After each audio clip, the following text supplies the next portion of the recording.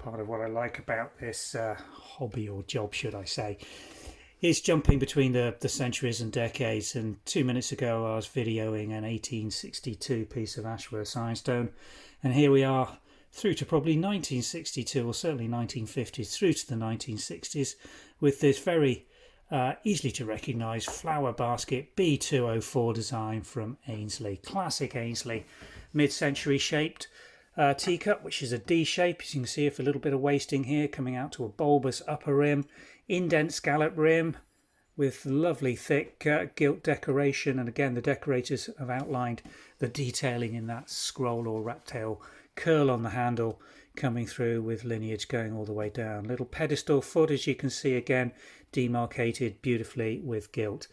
Nice green mid-century Aynsley crown mark, England bone china. Not particularly easy to read that B204 on there, but it's clearer on some of the flatware pieces. Beautifully decorated little saucer with the flower basket in the central well. Again, it's got this very characteristic almost deco-esque rolling yellow, black and green rim with little almost picket fence design on it. Again, an irregular scallop trim on there, and the matching Aynsley China marks. Let's just get that in focus there. You can much more clearly see the B204 on there. And that's all sitting in these variations on a 6.25 inch small side plate. We have got, I think, some options coming on these trios with the larger of the side plates that they made, and those are being listed separately. So we have got two options on these trios.